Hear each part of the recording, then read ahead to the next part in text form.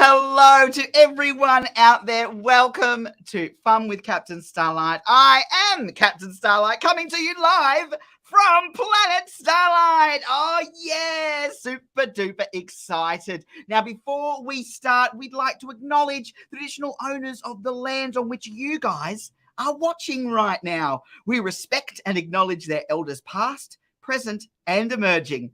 And also a big hello and hi to everyone watching live on Facebook, our Fun with Captain Starlight YouTube channel, and on Starlight TV in major children's hospitals all across Australia. And, of course, right here live on Planet Starlight. Now, you can watch this stream on all of these wonderful platforms. But if you want to write a comment or a question, well, why not jump onto the chats and head on over to Starlight's main Facebook page and ask Captain Starlight to join your hospital to message us. We want to hear all your questions, so get those through to us right now. Now, today we have got someone truly hilarious, fun, and majestic. Oh, we have got Emily S. Smith. Now, Emily has written many amazing stories for children, from Garbage Guts to How to Hug a Cactus, and now her wonderful story of Kora Kerplunk's Travelling Tongue has joined the ranks of these wonderful books. So please place your hands together, yell, scream, tear everything apart for our special guest. We've got Emily S. Smith. Hello, Emily. Hi. Hi, guys. So excited to be here and sharing the fun and the silliness. I'm ready to go. Oh, Emily, it's so wonderful to have you right here live on Planet Starlight. So thank you so much for joining us this afternoon. Thank you so much for having me. I mean, any chance to tell a story, and Captain, you know I'm there. You know what? I do know that. Now, we're going to get everyone warmed up with some questions, but we need you guys out there watching to send through your questions right now to Emily. So start sending those in using our chat function, or you can send them through on Facebook as well. So send those through to us. Emily, are you ready for a couple of questions from me, Captain Starlight? Yes, I am. Yes, I'm ready to go. Wonderful. Well, I guess the first question I want to know is, when did you first start writing amazing, incredible stories? Ooh, that's a really good question. I think I've always been a storyteller. So even when I was really little and I had my Barbies, yes, I was a Barbie girl, I would kind of create these really in-depth stories and things like that. But I I guess it was when I first learned to write, and I would then create stories, based from things in my imagination. They were very simple at the time, generally a little bit weird. I think probably my weird stories and my funny stories probably started all the way back then. But yeah, from when I was a child. But it wasn't until I was probably in my 30s, so a little bit older, that I started to think, oh, I'd like to actually to do this as a career and to try and share my stories with a wider range of people. So started young, but kind of only really tried to become professional about it a little bit later in life. Oh, that's okay, because I'm 2,226. So you're Well, way young compared to me. So you've started very, very young. So amazing. So I'm wondering, what was the first story you ever came up with? Well, if we're talking the very first story that I ever came up with, ever, the first one that I ever wrote, I think I was in grade 3, and it was called The Girl with 100 Arms. And the idea behind that was that there was this little girl who was kind of shunned by society because she had 100 arms. But then there was an orphanage on fire. And with all of her arms, she was able to carry hundreds of buckets and put the fire out. So that was, wow. And I think I illustrated that myself way back then. So that was the first one that I ever remember writing and illustrating. In terms of what was my first book, I self-published a book with my friend Graham Davidson, who was the illustrator, called Betty the Yeti's Disappointing Day. So, but there's always lots and lots and lots of stories that are happening. So, yeah. I'd love to have 100 arms. That'd be a very handy problem to have. Oh, Captain, stop. Hey, how many books have you actually written in total, Emily? Well, I've got 5 picture books that are published, and I have a story in an anthology as well that's more junior fiction. But in terms of stories that I've written, probably I would say over 100, possibly more than that, because I'm always coming up with things. Now, that being said, Captain, they're not all good. Some of them are really, really bad. Sometimes you just have to write the story that comes, and it's terrible and it's garbage, and not like garbage guts, but actual bad writing.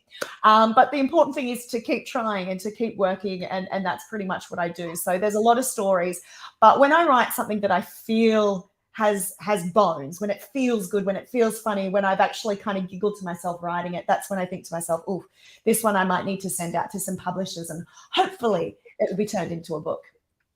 Amazing. Now, Space Computer, I did see some questions popping up from our wonderful viewers. So, Miss M, are you okay if we read a couple of questions coming in from our viewers? Yes, please. I'd love to. All right. We've got the first question. It is from Jimmy. Hi, Jimmy. Jimmy wants to know, what books were your favorite to read as a kid? It's really interesting. Thinking back, I can't really remember any of the picture books that must have been read to me, but I know that my mum read to me every night. So, but I can't remember picture books.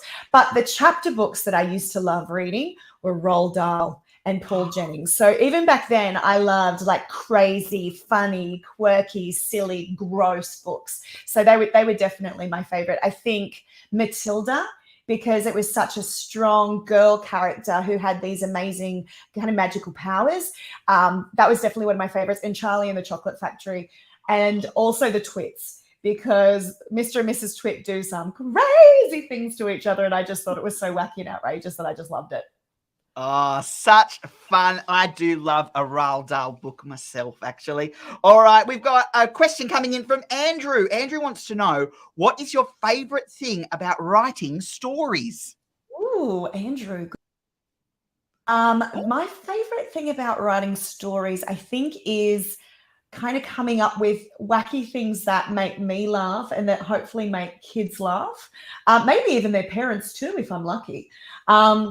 I just love having a good time. I love being silly. I love having fun. So if I can create a story that makes children chuckle or laugh out loud, especially when I've gone out to different visits and things to read to children, that's my favorite thing, is writing stories that make kids laugh. Yeah, nice, nice. You know, I actually wrote a story once. Would you like to hear it? Absolutely. Okay. Once upon a time, there was a goat. The end. Great beginning. You might need to kind of elaborate a bit more. So maybe something could happen to the goat. Maybe the goat gets abducted by pirates. Maybe the goat is obsessed with eating underwear, and then everyone gets cross at him and he gets run out of town. So you might need some drama and some conflict in there and some crazy zany things just to really stretch it out a bit more and make it a bit more compelling and engaging, Captain Starlight. Wow. Thank you so much. I've got so much work to do on my story now. Oh, but Aiden has actually asked another question for us. Hey, Aiden has asked, is writing your dream job, Emily? It really is. Absolutely. There's something about sitting down with a blank piece of paper or a blank computer screen and then allowing my imagination to run wild and create something out of nothing. Like there's something quite magical about that. And often when I'm writing, hours can go by and I don't even realize. And, you know, sometimes I'll start writing at 8 o'clock in the morning and then I look at my clock and it's 2 o'clock in the afternoon and I haven't had lunch because I just get into the zone and into the flow and I just enjoy it so much. But along with the writing side of things, being an author means I get to actually go out and share my stories with people. So I can go to schools and do school visits or go to festivals and libraries. And so getting out and actually reading stories and, you know, acting them out and being quite dramatic is so much fun. So that part of it is really great too. So 100% being an author is my dream career for sure. Oh, you're so lucky, Emily. So lucky. Thank you so much to all of our wonderful viewers for sending in all of your amazing questions. Now, Emily, you have brought in a very special book, Kora Kerplunk's Travelling Tongue. And you've said that you're going to read it for us today. I am. Absolutely. Oh, wonderful. Thank you so Shall I much. get it now?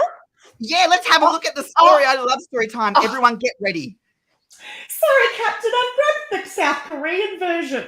Don't mind me. I've got to get the English one because I can't read Korean, so I've just messed that up. Don't mind me. There's the... Hey, Emily, does that mean that your book has been released in South Korea? Yes, it has. Yeah. So if you have a look at the two, you can see that one's in English and one's in Korean. So they actually translated it and it's now available in Korea for children and families in Korea to read over there as well, which is pretty exciting. So as an author, that's one of my favorite things to know that my books are going all over the world. Ooh, very exciting. Well, congratulations, Emily. Thank you. I'm about to begin my story, Kora Kerplunk's Travelling Tongue, by me, Emily S. Smith, and illustrated by Peter Olczyk. And he's done a wonderful job. Kora Kerplunk was a puzzling young child with muck-covered clothes and hair that was wild. She was messy and feisty and liked to play rough. But most of all, she loved to lick yucky stuff. Oh. Boogers and blackboards, windows and dirt, grey gum on the ground and some stains on her shirt, some Play-Doh, a dog's tongue, a dusty door frame. 'Twas all worth a licking, all things were fair game. Her poor mum and dad were completely grossed out. They'd pull at her arm and desperately shout, "Oh, Kora Kerplunk, please stop licking that now. Your tongue will run off on you someday, somehow." And so, one bright morning, it was no surprise when Kora woke up and saw with bleary eyes a note from her tongue, slightly dampened with drool, written with pencils she'd borrowed from school. Borrowed. I don't think she borrowed them. I think she might have just taken them. Oh. Naughty Kora. Naughty, naughty girl. Dear Kora, I'm finished. I'm running away. I'm sick of the foul things you lick every day. Your habits are ghastly. No word of a lie. It's time that I left. So good luck and goodbye. Kora was stunned when she read her tongue's letter, but thought that some breakfast would make her feel better. She went to the kitchen and sat in her seat. But without her tongue, she just couldn't eat. She tried to call Mum through her tears and her snot, but without her tongue, Kora found she could not. Just how would she talk or eat or drink too? Without her pink tongue, what was she to do? Oh, she never realized how important having a tongue was. Dear, oh dear, Kora. Day after day, Kora struggled with life. Not having her tongue caused her nothing but strife. Living tongue-free was incredibly hard, so she wrote to her tongue in a beautiful card. Dear tongue, I am sorry for all that I've done. Without you, my life is so sad and unfun. I need you like burgers need fresh mayonnaise. Please come back home. I'll change my gross ways. Very sad, Captain. Very, Very sad. I hope she gets her tongue back. It'll make any difference. Do you think it'll make a difference? I don't know. But her tongue, it was having the most splendid time. Each country it went to had meals so sublime. Japan with its sushi, the croissants in France, and the Spanish paella made Kora's tongue dance. Da da da da da da da da da da da da. Falafels in Egypt and dumplings in China. The souvlaki in Greece could not get much finer. The tongue slid its way through the tastes of the globe, eating marvelous meals in its plush hotel robe. Oh, didn't even bother dressing up, just decided to go out in its bathrobe. Beautiful, in its dressing gown. Once more, Kora tried to plead her sad case. She sent off a selfie of her mournful face. And seeing this sight, Kora's tongue started home, all sunburnt and dried out from touring round Rome. Should have put some sunscreen on, tongue. I wouldn't like some sunscreen on my tongue. Probably not a great idea, is it? If you're a tongue going on a holiday, maybe, but if you're in someone's mouth, not so much. No. Her tongue arrived home. Kora cried with elation, and it jumped right back into its mouthy location. You're back, Kora gasped. I'm so sorry you went. My life without you has been total torment. Oh. I make you this promise. I make you this vow. No more licking gross things, and that's starting now. But there's just one small thing. Just one question I've got. Would it be all right if I still lick my snot? And that's the end of the story. I don't know if you saw in the last picture, it's not just the tongue that's going on holiday now, but the teeth are headed off, and so is the epiglottis, the little dangle thing from the back of its throat. So they're all like, oh, Kora, we're done. We're seeing. Oh, no, Captain. No. Sorry. When you said that in the book, I thought, oh, that sounds like it might taste nice, but it didn't. So don't do it. No, don't do it. It's not a great idea, no. I wonder if maybe your book would be better with a goat at the end. That she ate the goat? No. Don't eat the goat. Don't eat the goat. That's okay. I was just trying to push my goat story. Like a sequel. Kora Kerplunk's tongue decides to ride a goat. Oh, that sounds like fun. Hey, Space Computer, have we got any more questions coming in from our wonderful viewers? Oh, we do. We have a couple of questions coming in. Thank you so much for reading your wonderful book, Emily. That's so awesome. We want to know now, are you planning to write a new book? And that's coming in from Unicorn. Unicorn, I am always writing new books. So, yes. But the interesting thing about being a writer is that we have to write our stories, and we write and write and write. But in order for it to be turned into a book like this, we have to find a publisher who likes our story enough to say, yes, we want to publish that for you. So I'm always writing. And this weekend, I'm actually going down to Melbourne to meet with some publishers. So Here's hoping. I've taken quite a few stories down with me, and here's hoping that they like them and they say, yes, we're going to turn these into a book. So we have lots of captains that fly down to Melbourne from Planet Starlight every single day. So that you might see some captains while you're in Melbourne. I'll have to keep my eyes peeled. Have we got any more questions, Space Computer, or was that our last one? Oh, here we go. Our last question is, have you always wanted to be a writer? And that's coming in from Andrew. Great question, Andrew. I've always enjoyed writing. But then when I was in high school, I wasn't really sure what I wanted to be. And I knew I liked being with children. So I actually went to university and did a degree in teaching to work with preschoolers and young children. So, but I was always kind of writing and telling stories, and it was being around the children in preschools and in long daycares that actually made me go, oh, I want to write stories to share with these guys. And that was a big push for me to go, okay, you need to take this seriously and you need to work on it. Oh, amazing. Oh, thanks everyone so much. Christina said, thanks, Emily, for reading us that book so much. Thank you, Christine. And thank you to everyone who sent questions in. They were good questions. I really had to kind of think about my answers to those. So they were fabulous. Well, I do actually have one last question for you, Emily. Can you answer my last question? I will try. You're not going to make it too hard for me, are you, Captain? Because I know sometimes you like to be a bit tricky. No. This is a very easy question. All right.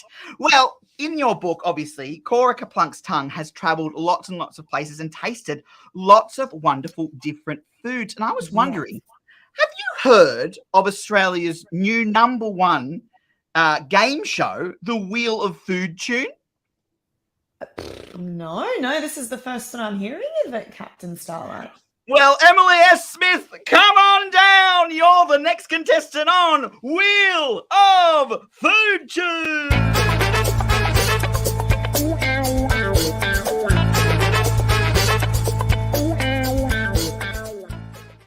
Oh, yes. Welcome to the show. Emily S. Smith, welcome to the podium. Oh my gosh, I can't believe it's me. I can't believe that I'm on Wheel of Fortune. This is like, I can't even right now. It's like, I love reality TV and now here I am on a game show and it's just crazy. Yes. Now, Emily, you're a writer. That's right, isn't it? That is correct. Yes, Captain. I am, in fact, a writer. Yes. Wonderful. Well, let's take a look at how this game show is going to work. Each player will take turns spinning the Wheel of Food Tune. The wheel will fall on 2 different foods, and the viewers at home can tell the contestant which food they have to taste. Our final round will see us crowning the Wheel of Food Tune champion. Good luck, contestants! Wait, I'm sorry, Captain. Did you say that the viewers at home get to choose what? The viewers at home. At home who are watching get to pick, and I'm actually the other contestant, so it's going to be you versus me, Emily. Whoop, whoop, woo. All right. I'm ready. Emily, why don't you spin the wheel first? Okay. Let's go this way.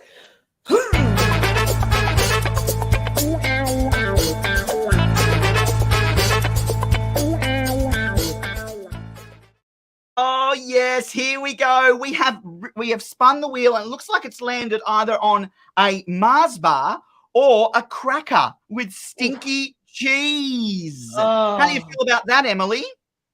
Look, I'm really hoping for Mars bar because stinky cheese often smells like feet and has mold. So I'm hoping for Mars bar. All right. Well, it's your chance at home to help us play this game. If you would like to see Emily try the Mars bar, why don't you hit a star emoji, or you can write star in the chat as well. Or if you would like to see some stinky cheese, then why don't you hit the rocket emoji, or you can write rocket into the chat and we'll find out what we're going to have. Have we got any answers coming in as of yet? Be kind, guys. Oh, what do we got? Oh, Okay, all right. They're coming in. They're coming in. It's looking pretty good. Stinky cheese is in the lead. Oh, my goodness gracious. All right. Well, the viewers have spoken. Why don't you try that cheese? Oh no. Okay.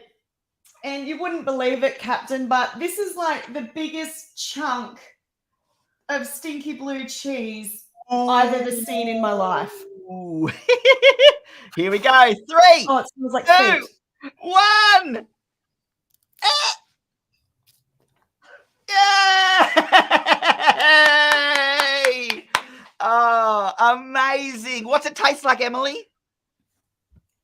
It's really salty.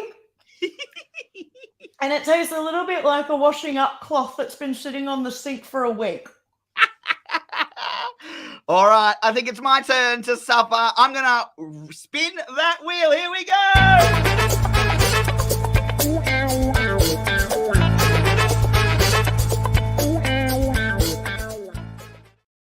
Oh, my goodness gracious me. It's landed on either a spoonful of Vegemite or a spoonful of Nutella. Now, I have tried neither of these exotic spreads.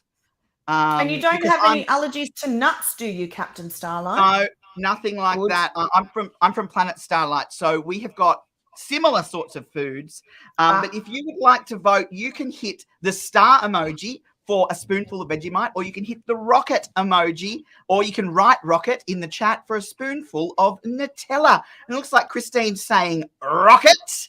Oh, a spoonful of Nutella. Thank you so much. That's so lovely. Not that I've tried either of these things, so I don't even know which is good or which is bad. If you get Nutella and I had to eat stinky cheese, I'm going to question if you've maybe rigged this, Captain Starlight. No.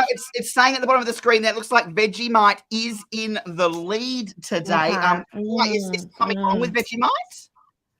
No, I love it. I actually love it. But a spoonful of it is quite salty. It's quite. I've got this. Are you using that whole spoon, Captain? Yeah. Do I use that one or do I use that one? I'd probably go the small end. I think if you're doing a whole mouthful, nah, I'm doing that. You're going. No, I am not going to let our viewers down. Here we go. I'm going to do a full spoonful of Vegemite. Here we go. You're so brave. You're so brave. Oh my stars. Oh my star. Oh. There it is. Ready? Eat that Vegemite. Vegemite. Oh my. Oh. Oh no, Captain. Oh, Captain. Oh, Captain, my Captain. Well, you know what? It's not the worst thing I've tasted. The blubber blogs on Captain on Starlight are pretty bad. I've heard. It's pretty good. I'm going to give it an 8 out of 10. All right, Miss Em, it's time for you to spin the wheel.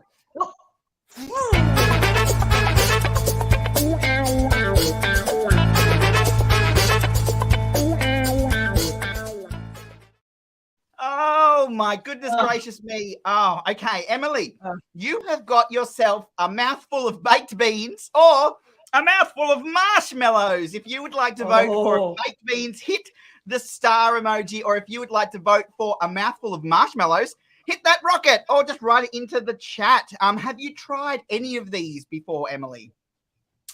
I have in fact tried both. And look, it's just up to the viewers really, Captain, as to what they decide for me today. I put my fate in the hands of those of you watching at home. So I guess we'll see. A big old computer, what's in the lead? Oh, marshmallows are in the lead. Now, I'm hoping it's going to be a full mouthful. It needs to be a full, proper mouthful.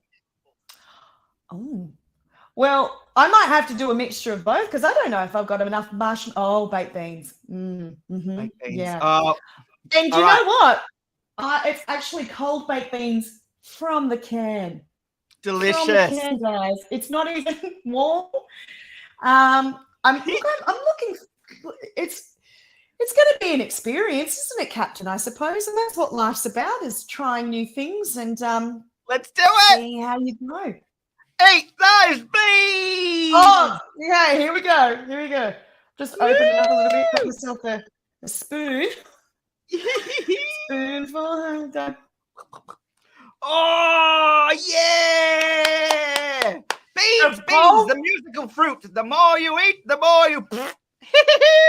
Very cold, very slimy, very beany, but the sauce is very good. Good sauce. Right. Sauce. I think they need to be warm. So while you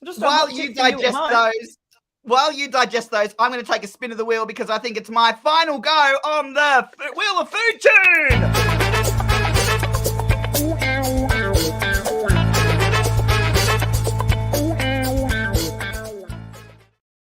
All right. Oh, yeah. Okay, great. One of these I really, really love. And one of these I really, really don't like. But I'm not going to tell you which one because I don't want to like rig it in any way. So it's either fairy bread or it's a broccoli sandwich. Hit those emojis. Let us know in the chat. Is it a star? Is it a rocket? You've got fairy bread is the star. And you've got broccoli sandwich is the rocket. Oh, yeah. Now, Emily, have you had either of these delicacies before? I've had fairy bread, Captain, but I've not had a broccoli sandwich. I would think that would be kind of dry and leafy. Oh, and potentially difficult to put in your mouth. And this one. I see the game you're playing, Captain. You're trying to make people think you don't like fairy bread, so you get the fairy bread. Oh, you're a sneaky one. Oh, yeah. Yeah. It's close. Let's find out. What is it going to be? Fairy bread or broccoli? Ooh. What is it? What is it? What is it? Ooh. Oh, yes. Yes. I'm so excited. Here we go. Oh, Captain. You have to keep food in your mouth to eat it, Captain. Oh. It doesn't just fall out of your mouth. You're supposed to keep delicious. it in. That was the one I wanted. And a fairy bread chaser. Oh, what a combo. Goodness gracious me. Well, we are up to our final round. We have to do this really quick because we are out of time. So let's get into our final round. It's a final round.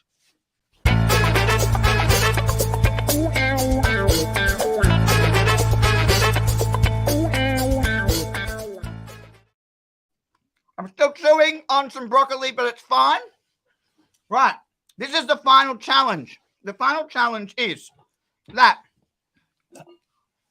we have got to taste some lemon, both Emily and I, at the same time. And the last person to react to the Wheel of Food Tune is the champion of the day. Let's have a look at our lemons. All right. Are you ready, Miss M? I think so. Can you do a countdown for us? Yes. Can you do a countdown? Yes. Ready? 3, 2, 1. Oh! Delicious. I didn't react. This is how I always look. So I win today, I guess. Did I win? No, I'm just joking.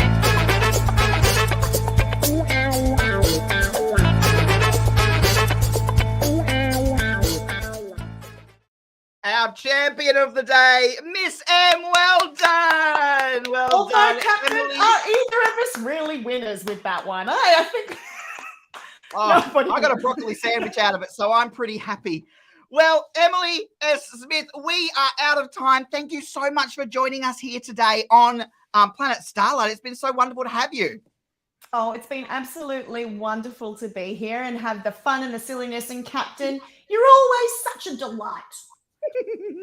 As are you. Thank you so much for joining us here again, Emily. We'll see you next time. Thank you so much. Well, thank you so much to all of our wonderful people out there watching. If you'd like, you could like and subscribe to find out more live streams for our Fun with Captain Starlight here on YouTube. Or you can go and check out our TikTok as well. We've got a TikTok account. It's lots and lots of fun. But thank you so much for joining us right here on Fun with Captain Starlight. We'll see you next time. Bye. Bye.